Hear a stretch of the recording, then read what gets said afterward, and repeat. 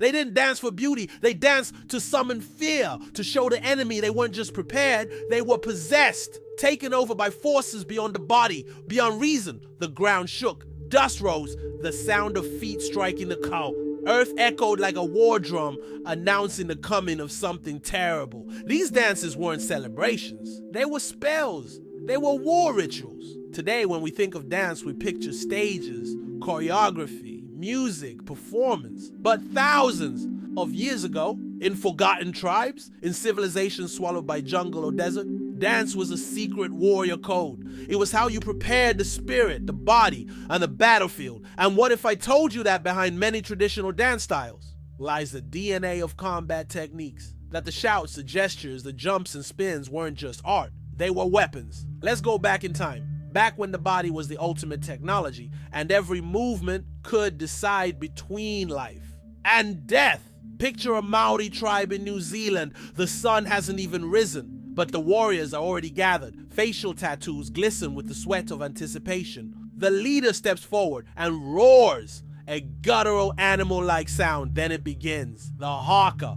eyes wide, tongues out, violent slaps to chest and thighs, roars, screams, jumps, convulsions. But this isn't a breakdown, it's strategy, it's psychological warfare. The haka awakens the warrior's soul, but it also shakes the enemy's nerves. Watching a group of men scream and thrash in perfect sync, eyes wild and movements animalistic, it terrifies. And that was the point, to break your enemy before even drawing your first spear. In Africa, many cultures also fuse dance into the core of combat training. In the Zulu tribe, for example, young men went through rituals that blended singing, jumping, and aggressive postures. It wasn't just folklore, it was physical conditioning, emotional preparation. These dances shaped the body for resistance, attack, and endurance. Each step was a rehearsal for real battle. The drum beat wasn't just music, it was a tempo of war. And more than anything, the dance awakened collective power. It turned men into a single entity, one body, one voice. In South India, in Kerala, there's an ancient martial art called Kalaripayattu,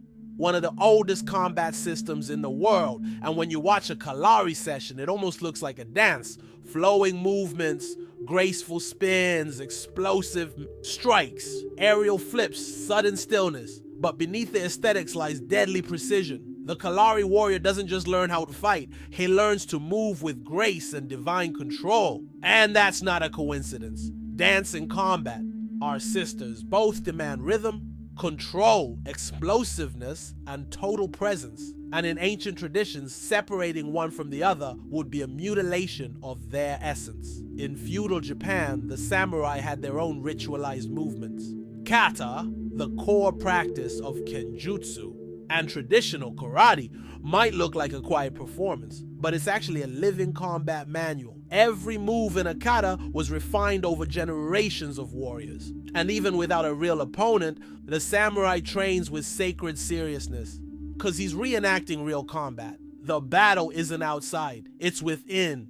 In the Andes, pre-Columbian peoples danced for their gods of war and sky, but also to prepare their warriors spiritually. In many pre-Hispanic American cultures, the line between ritual, dance, and combat was invisible.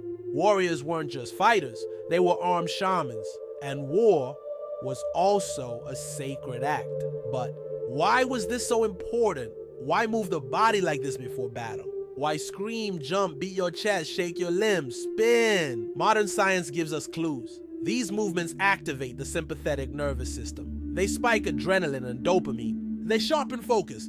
They raise your pain threshold. But beyond biology, there's something deeper. These rituals were summons, invocations. They called upon invisible forces to protect the warrior. They were symbolic portals. War dance transformed man into beast, individual into tribe, flesh into spirit. And even today in the modern world, this still lives on.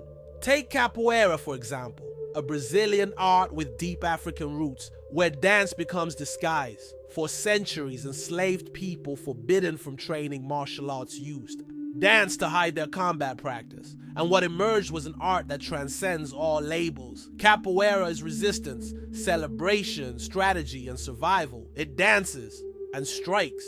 It sings and deceives. It spins and dominates. What all these traditions reveal is that the line between art and war has never been as clear as we thought. The ancients knew something we've forgotten, that the body is a temple, but also a weapon, and that the highest form of art often arises at the edge of life and death. War dance wasn't about looking good. It was about invocation, turning pain into rhythm, fear into courage, isolation into unity. It was a way of saying, I'm here, I do not fear. I am the movement, I am the spirit, I am ritual fury. Maybe today we don't go to war with spears and swords, but we still fight internal wars, invisible ones, every single day.